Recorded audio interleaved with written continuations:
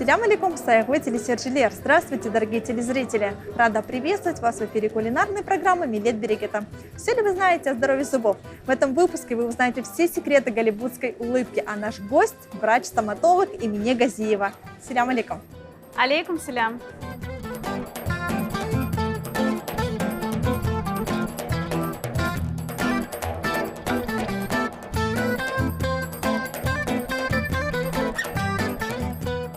Что вы выбираете?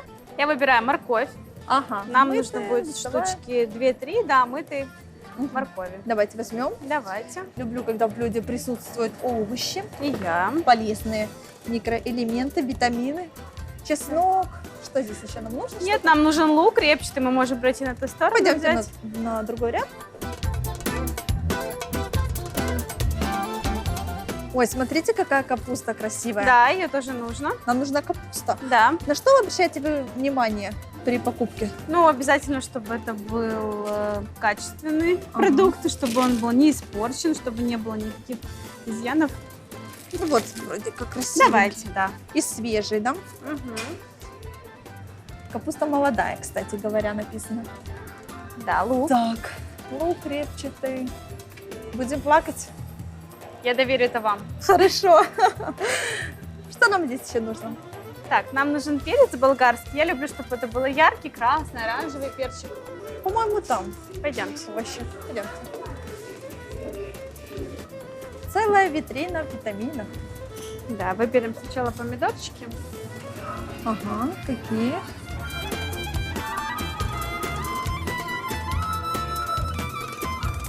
Так, еще нам нужен перчик. Желтый, красный. Давайте возьмем красный. Кстати, любите экспериментировать в приготовлении блюд? Ну, Либо по стандартному рецепту? ну, чаще по стандартам. Ага. Вот. Иногда я люблю там что-то поменять в цвете, там по форме, но в целом не отхожу от рецепта. Да. Но если блюдо яркое, оно однозначно заслуживает внимания. Да, согласна. Ну какое блюдо без зелени? Салатные листья, укроп. Укроп. Отлично. Зеленый букетик. Любите зелень? Да, обожаю. Ага, это очень хорошо. Что нам еще здесь нужно? Так, и специи нам нужны, лавровый лист нам нужен. Это в другом отделе. Мы Ой, сейчас это вообще пройдем. отдельный ритуал. Пойдемте.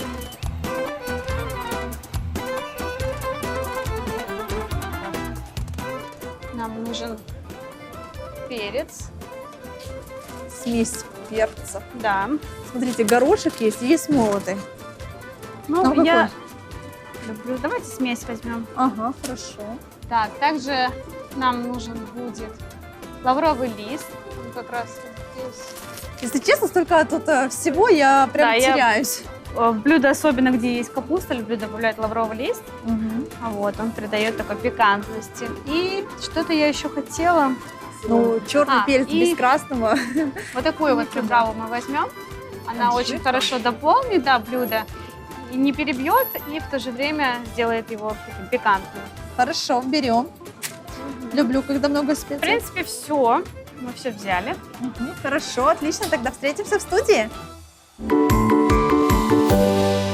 Эмине Ханым, давайте еще раз перечислим, что же мы купили в магазине. Да, мы купили мясо, овощи, масло. Так, картофель вижу, лавровый лист, да? Все самое полезное. Что это будет? Поделитесь.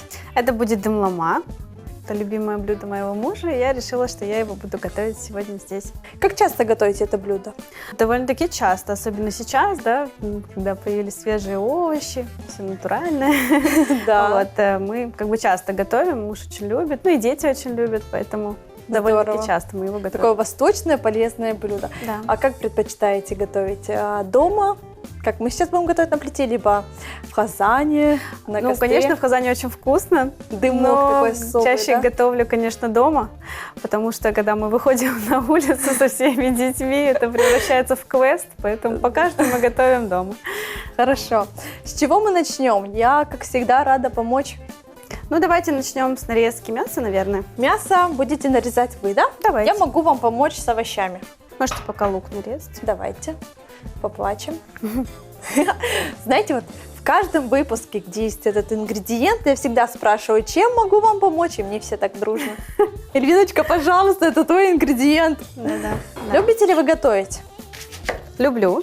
Я чаще готовлю такие простые блюда, легкие, потому что у меня муж очень любит там супы, вот дымлама, потому что, ну, как вы знаете, он очень много работал на свадьбах, и вот эта банкетная еда, он очень от нее устает, и поэтому он предпочитает дома кушать что-то такое легкое. Например, я дома никогда не готовлю люля. Ага, это есть сарма у нас раз в год, да, то есть такое мы крайне редко готовим, потому что он предпочитает что-то полегче дома кушать. А детям что вы готовите? Детям, ну, у меня дети тоже любят супы, это у нас прям обязательно, каши. Вот, ну, вот у меня средняя дочка не ест мясо, поэтому мы всегда выбираем, она у нас почему-то вегетарианка. Мне жалко курицу. Кого такая дочечка? Не знаю, в кого, вот, ну, жалко курицу. Да. Но, честно говоря, сама тоже в последнее время стала как-то меньше есть мясо и как-то легче чувствую себя именно говядину, баранину, меньше стараюсь. В этом блюде у нас говядина. Можно ли использовать другое мясо? Да, я очень люблю использовать индейку, бедро мы берем. Я очень люблю из него готовить. Буквально вот недавно я готовила из него. И мне, Ханум, уделяете ли вы внимание внешнему виду блюда? Обязательно. Почему это так важно, по вашему мнению? Для меня важно, чтобы это было красиво, вкусно подано, именно там. Я обязательно люблю украсить зеленью. Ну, детям чаще, конечно, отдельно делаю без зелени, они не любят. А вообще, я считаю, что блюдо обязательно должно быть эстетичным, чтобы его хотелось съесть. Это прям для меня такой обязательный пункт. Отлично. Посмотрите, я вот нарезаю лук, я правильно нарезаю? Да, все отлично. Хорошо. Так, у нас здесь все нагревается. Что мы будем добавлять? Да, мы сейчас берем подсолнечное масло сначала. Пожалуйста. Наливаем.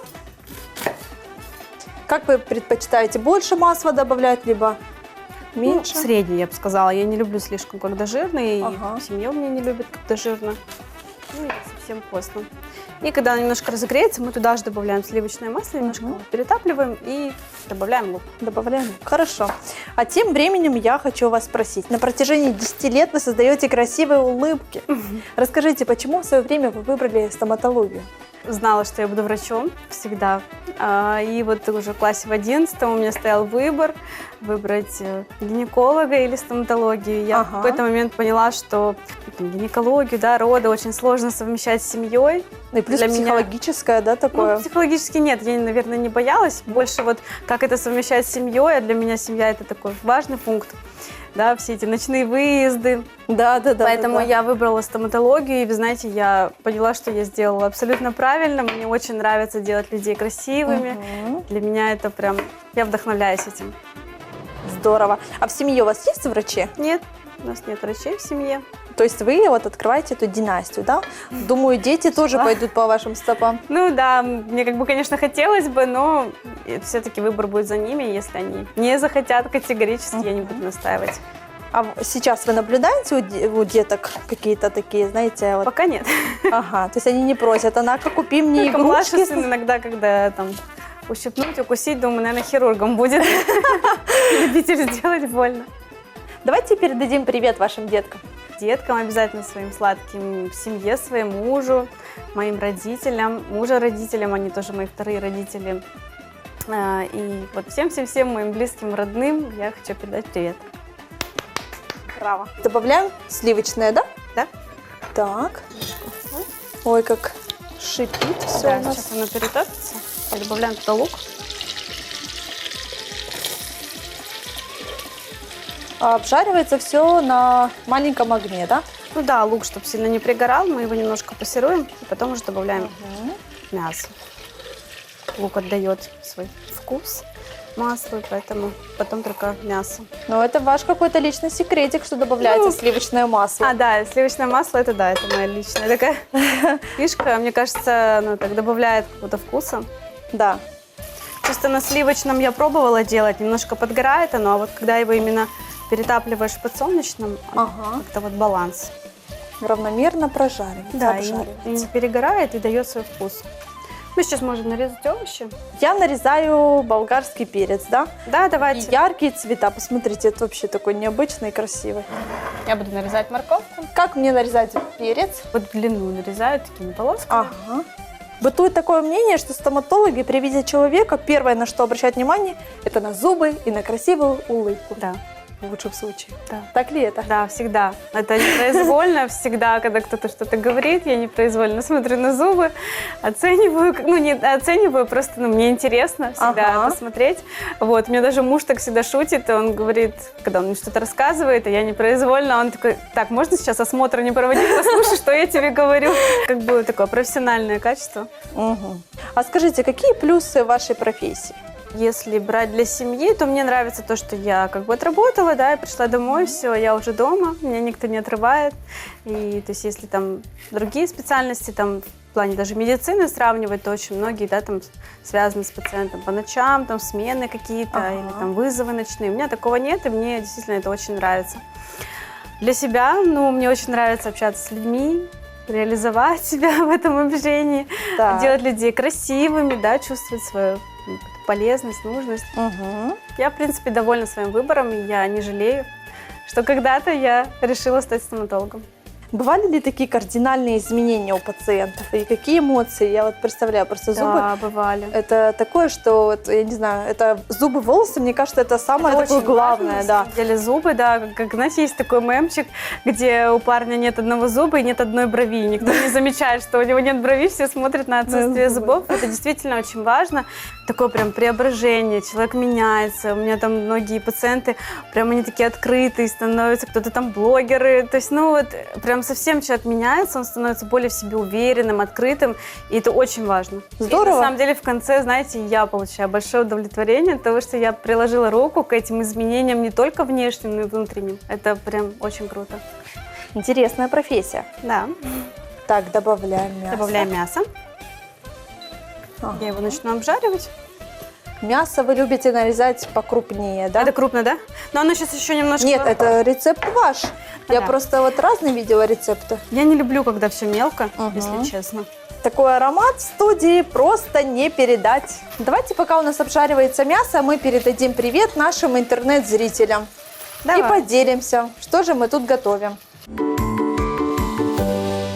Всем селям алейкум! Сегодня у нас в гостях Эмине Газиева, стоматолог. Делится очень таким полезным, интересным рецептом, всем известным. Расскажите, что это? Мы готовим сегодня дымламу. Любимое блюдо моего мужа. Вот. Очень такой легкий, вкусный рецепт. Поэтому Всем рекомендуем. Следите за нами, смотрите, потому что вот у Эмине Ханом есть свой собственный рецепт, он особенный. Там добавляется один ингредиент, который меняет вообще кардинальное блюдо, добавляет особый такой нежный вкус. Всем желаем хороших выходных и отличной погоды. Эмине Ханом, развейте миф, а возможно, вы его даже подтвердите. Вот говорят, если не есть сладкого, то зубы будут здоровы. Так ли это? отчасти. Потому что, да, конечно, есть связь между потреблением сладкого, это, да, пустые углеводы, кислая среда. Те, у кого есть такие полезные пищевые привычки, у них все-таки зубами лучше. Те, кто там беспощадно поглощают сладости, конечно, у них немножко хуже. Но были такие ситуации, когда приходили пациенты, которые там толком ничего не делают, за питанием не следят, у них хорошая генетика, и у них действительно все классно. Есть пациенты, которые без конца приходят, они следят за питанием, у них миллион щеток, электрическая ирригация, там куча всего, и все равно они постоянно что-то делают. Поэтому, то есть не только от питания зависит, от генетики, там, состав слюны, там, ну, много моментов, которые, ну, влияют на это, поэтому отчасти соглашусь, отчасти нет. Хорошо, вот ответили на вопрос, да, очень так интересно и информативно. Расскажите, а как вообще поддержать здоровье зубов? Это гигиена, это самое первое. То есть те пациенты, которые грешат этим и хотят результата, у них его не будет. Умные щетки, даже такое да, есть? можно вообще просто стоять и все будут за тебя делать, да, практически так. Да. Питание, конечно, это тоже немаловажно, следить за своим здоровьем, потому что все, что там, проявление во рту, это всегда уже следствие, поэтому я пациентам своим рассказываю, что есть смежные специальности, в которых тоже там можно исключать заболевания, чтобы потом не было проблем в полости рта. А что вы можете сказать о жевательных резинках? Жевательная резинка, понимаете, это, я хочу такое слово говорить, но это такая, да, пылесос, то есть она все на себя собрала, и через там 10-12 минут ей нужно выплюнуть, но почему-то некоторые это считают там частью имиджа, да, либо максимально выжать из нее там за полчаса-час, то есть нет, это, конечно, уже так делать нельзя. То есть первые 15 минут и все, мы Да, убираем. то есть ее назначение это просто после еды собрать все, что ненужное осталось. И потом, как в рекламе, кристально чистые белые зубы. Да. Добавляем перец. Перца у нас здесь очень много, думаю, добавим половину. Добавьте, да, сколько получится. Добавим красный перец. Что-то я с вами заболталась и не нарезала морковку. А у нас вот так вот на кухне происходит. Соль мы добавляем в конце? До капусты. До капусты, хорошо. Капуста будет своего рода крышечкой, да, такой? Да, ну я немножко нарезаю ее полосками и в конце, да. Меня вот свекровь научила делать так. Она в конце накрывает листом капустным. Ага. Я у нее так подметила это, и на медленном огне она все тушит. Вот, я тоже теперь так делаю. Скажите, а бывает вот домлама, которая выкладывается все слоями? Бывает Да, такая, то, прям что... сырая. Да. Но это надо на очень медленном огне. И терпение нужно, да? Да, вот как раз-таки свекровь так и делает. Она сначала обжаривает мясо, потом все просто выкладывает сырое, накрывает капустным листом, и на очень медленном огне она все тушит. И очень вкусно, на самом деле, в своем соку. Хорошо, пока я тут вам задаю вопросы, вы очень мило отвечаете. И мне Ханум уже нарезала Кабачок. Я люблю кабачок, да, и покрупнее. добавила. Могу, конечно, еще второй, но думаю, у нас потом места для картошки не останется, поэтому Да. одного будет достаточно. Отлично, закрываем, пусть тушится. Были ли у вас такие мысли пойти на обучение кулинарного мастерства, либо кондитерского искусства? Нет, никогда. Ну, честно говоря, то есть у меня есть, да, моя профессия, там, где я реализуюсь. Ага. Кухня, да, мне нравится. Я люблю там иногда что-то испечь вкусненькое, детей порадовать, мужа, для себя даже. Там, меренговый рулетик, что-то бисквитное. Я люблю такое, да. Но как профессионально нет. Да, ты чувство, когда любишь кухню, но не настолько. Да, не настолько. Это точно. А что для вас значит семья? Но для меня, на самом деле, это очень важный пункт. То есть это прям очень важно для меня. Это такой на первом месте, я бы сказала, да, моя семья. Для меня было очень важно, в первую очередь, реализоваться как жена, как мама. Ну, то есть, да, я стоматолог, и я самореализацию не отодвигаю, но все-таки там мой муж и мои дети для меня очень важны. Мне известно, что ваш муж известный талантливый видеограф Ришат Гази. Да. Учитывая его насыщенный график, ваш график, удается ли вам побыть вот вместе с семьей, провести время, либо времени Вот очень в мало? этом вопросе не все так радужно у нас, потому что действительно очень мало времени у нас остается на семью. Да, мы стараемся вместе проводить время однозначно, но не так, как хотелось бы. Но когда ты знаешь, ради чего это все, то как-то проще. А как предпочитаете проводить время с семьей? У нас крайне редко получается вдвоем, чаще это с детьми. Если с детьми, то какие-то выезды там, на природу или там, какие-то аттракционы, где детям интересно, там парк Учкуевка. Потому что когда трое маленьких детей, конечно, сложно что-то такое прям организовать, ну, чтобы им было интересно, и нам не так сложно с ними там тремя. Красота. Можно еще сразу специи, в принципе, добавить. Любите ли вы специи? Да, но умеренно, то есть. Так, пожалуйста, Немножко. доверяю это дело вам. Красота. Вообще специи, они делают, да, свое дело, добавляют Да, конечно. какой-то особый аромат, вкус. Они должны, знаете, дополнить, но не перебить. Давайте пока нарежем картофель. Давайте. Я вам в этом помогу. А я тогда капустой займусь. В народе белокочанную капусту называют царицей огорода. В ней масса питательных веществ, обуславливающих ее положительное воздействие на человеческий организм. Именно поэтому капуста используется не только в кулинарии, но и широко применяется в народной медицине. Белокочанная капуста полезна для регулирования обменных процессов. Известно ее обезболивающее и противовоспалительное действие. Этот овощ включают в диету при атеросклерозе. Однако при повышенной выработке желудочного сока его употребление нежелательно. В капусте содержится множество витаминов, микроэлементов и минералов.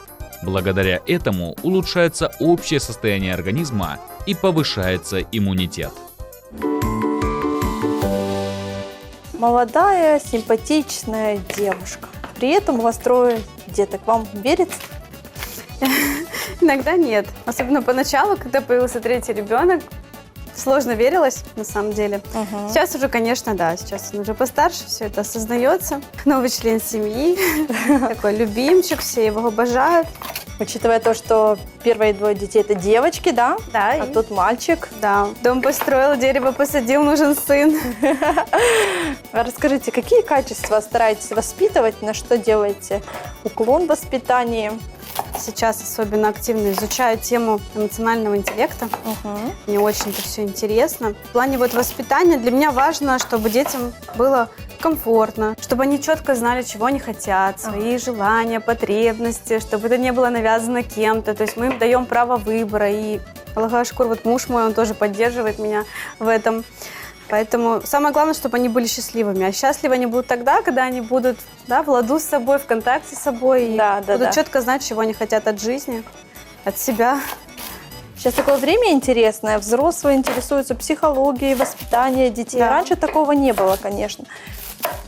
Сейчас даже самого младшего возраста предоставляют ребенку возможность выбрать. Ты эти штанишки оденешь или вот эти? Да. На самом деле с таких вот маленьких мелочей. И Ну, знаете, во всем нужен баланс. То есть детям тоже, конечно, нужны какие-то границы. Они, мы, родители, они на нас опираются, им нужны эти границы, чтобы у него было ощущение, что у него есть свобода, есть право выбора. добавляем картофель.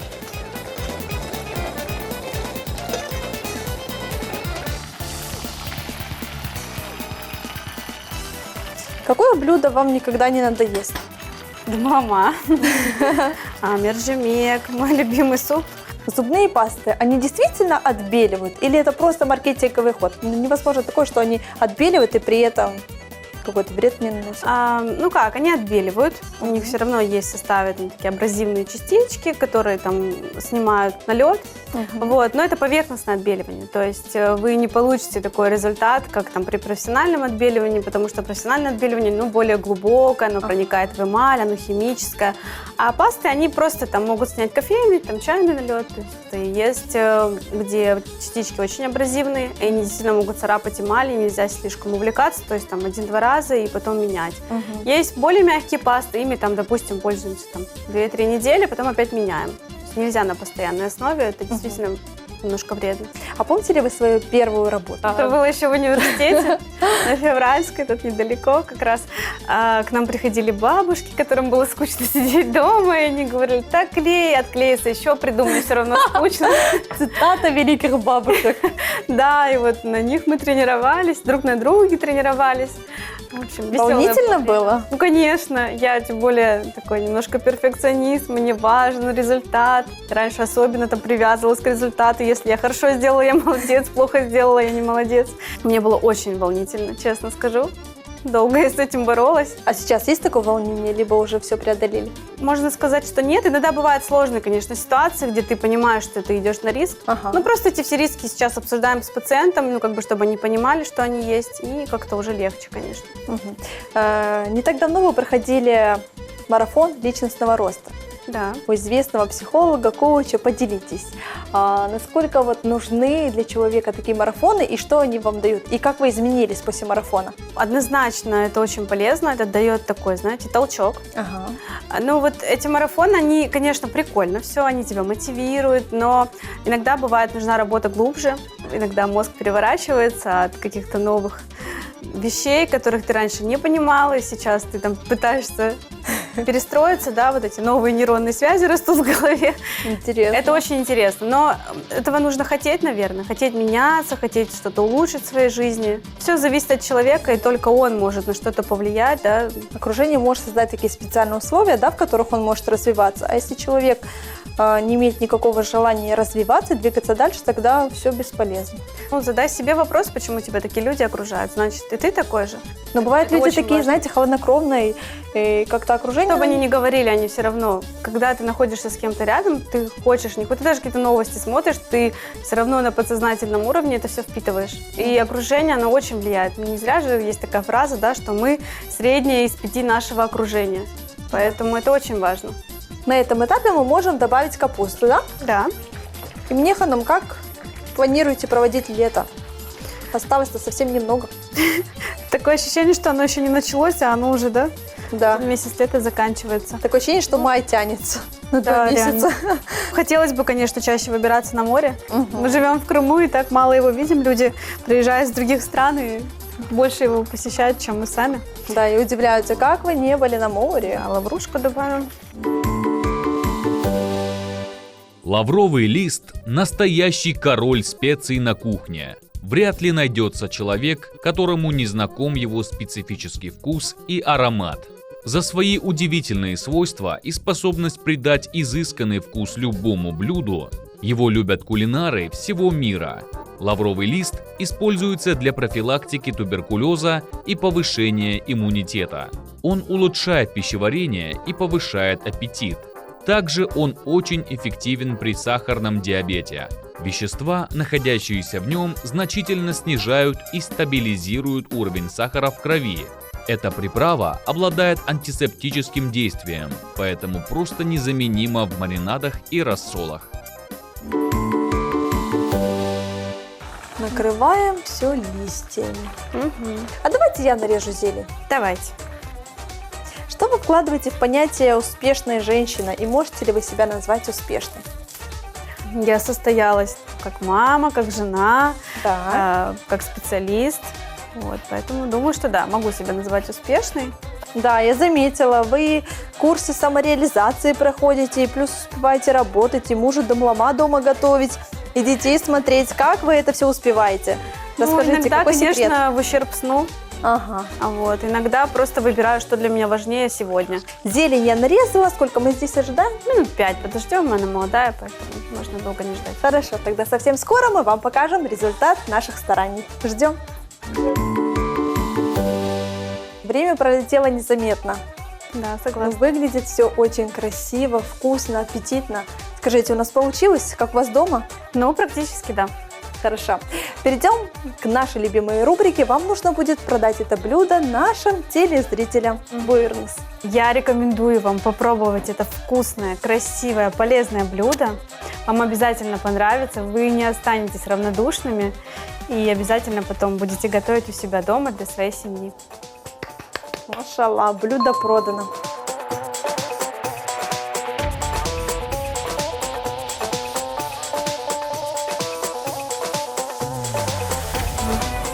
Чох сағылыңыз, что пришли к нам в гости. Вам сағылың за поделились приглашение. таким замечательным рецептом сағылыңыз. И вам салам. Ваши пожелания нашим дорогим телезрителям. Хочу пожелать, чтобы вы обязательно готовили вкусно, красиво для себя, для семьи. И вам это было действительно в радость. Если у вас есть какие-то сомнения, что-то вы хотите сделать, вы не решаетесь, то сейчас самый нужный момент взять и сделать. Чох сағылыңыз, такие мотивирующие слова. Программа «Милет Берекета» подошла к концу. Готовьте с нами, готовьте с душой. А с вами мы прощаемся. Аштат Лоусон, Корышкенджи.